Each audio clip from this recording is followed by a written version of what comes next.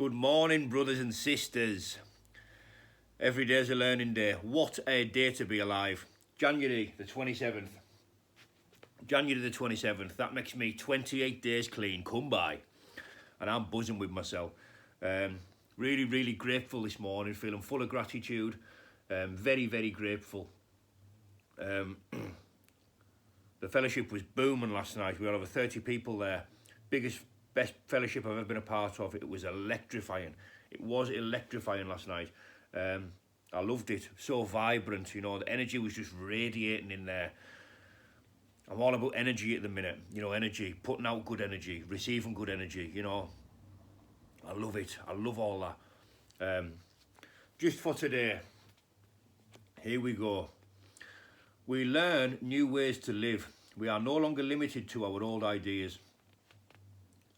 We may or may not have been taught right from wrong and other basics of life as children. No matter, by the time we found recovery, most of us had only the vaguest idea of how to live. Our isolation from the rest of society had caused us to ignore basic human responsibilities and develop bizarre survival skills to cope with the world we lived in. Some of us didn't know how to tell the truth. Others were so frank we wounded everyone we talked to. Some of us couldn't cope with the simplest of personal problems, while others attempted solving the problems of the whole world. Some of us never got angry, even when receiving unfair treatment. Others busily lodged complaints against everyone and everything. Whatever our problems, no matter how extreme, we all have a chance in Narcotics Anonymous to learn how to live anew. Perhaps we need to learn kindness and how to care about others. Perhaps we need to accept personal responsibilities, or maybe we need to overcome fear and take some risks. We can be certain of one thing. Each day, simply by living life, we'll learn something new. Fact. Just for today, I know more about how to live than I did yesterday, but not as much as I'll know tomorrow. Today I'll learn something new. Now I'm just going to quickly do my promise box, because it's another part of my daily morning ritual. Okay.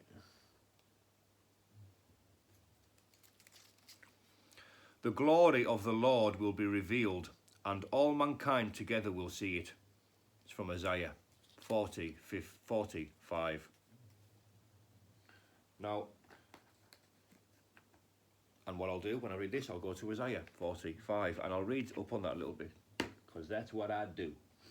Now, someone asked us something yesterday. Would you be able to walk away from a fight, Danny, given this new path you're on? It was a very difficult one for me because, I mean, I've had a lot of fights and I haven't won them all, you know, by any stretch. But I've never physically backed down from anybody. I just haven't. And I'm always confident that I can do something to somebody, you know, and never been scared of getting flaked out, ever. That's the wrong attitude in many ways, but it's part of my programming. This is another thing I'm trying to leave behind. I would love to, I'd like to, I want to walk away from a fight. But with me, it's when I feel threatened. When I feel threatened and I get the fear. Everybody gets the fear. When I feel fear and I feel threatened, that's when things change for me. You know, I get this heightened state of suspicious alertness. I get a lot of energy and I'm ready to go. When I feel threatened, I'm ready to go. Now, I would love to be at a point in my life where I can walk away physically from a fight, walk away, even with the fear. Now, that was where the difficult will come in, because it's when you feel fear. Very difficult for me, you know, when I feel fear to walk away. Now, my balls are not on show as much anymore, but they're still there. They'll never go anywhere. I would love to be able to walk away from a fight, yes.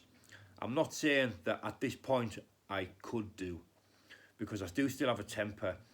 And like I say, it's part of my programming, this reacting under fear physically. I think now I feel like my balls, my spine, my nerve, my guts they're going to serve me in a different purpose. They're going to serve me differently. I'm not afraid of dying. I don't want to. I like my life. But I am not afraid of dying because I know in my heart, I know that life goes on after death. I'm certain of it. I believe, and belief and faith is power. It's all we need. Anything is possible for he who believes. Yeah, remember that. That's so true. And I know that the afterlife awaits me. And I know for a fact I'm not scared of dying. I haven't been scared of dying for a long time. I don't want to. But I still feel in the right reason. For the right reason, I would die tomorrow or today for the right reason.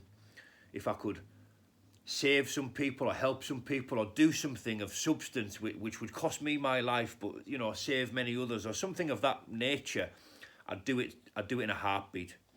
I'd do it in a heartbeat. I know I would. I know I would do that, you know. I'm certain of it. You know, I do have fear. Of course I do. But I can manage it and I can harness it and I can channel it. Something I've always been able to do since about the age of 16, 17 when I physically found myself. You know, just something I've always been able to do. And I've lost the fear of dying, you know, a few years ago. That doesn't mean I want to die. Far from it. But this new path that I'm on, you know, it's difficult to stay on, you know. I can't expect perfection overnight, you know. It's a process. Leaving behind these things is a process. I know the person I want to be. I know the person God intended me to be, you know, and I'm trying my best to stay on the path and make that crossover. Recovery for me at the minute is key. It's key. I love it. I love feeling clean. What a day to be alive. Every time I open my eyes, I'm filled with gratitude. You know, just to be here, just to be on this beautiful planet for another day. I love that feeling of showing gratitude, feeling gratitude, putting that energy out there, grateful energy, putting it out there like a thankful, you know, feeling. I love that. I can't get enough of it. It fills us, you know, it fills us with more joy than a session or any drug has ever done. Someone said to us yesterday, and he knows who he is, he'll go unnamed.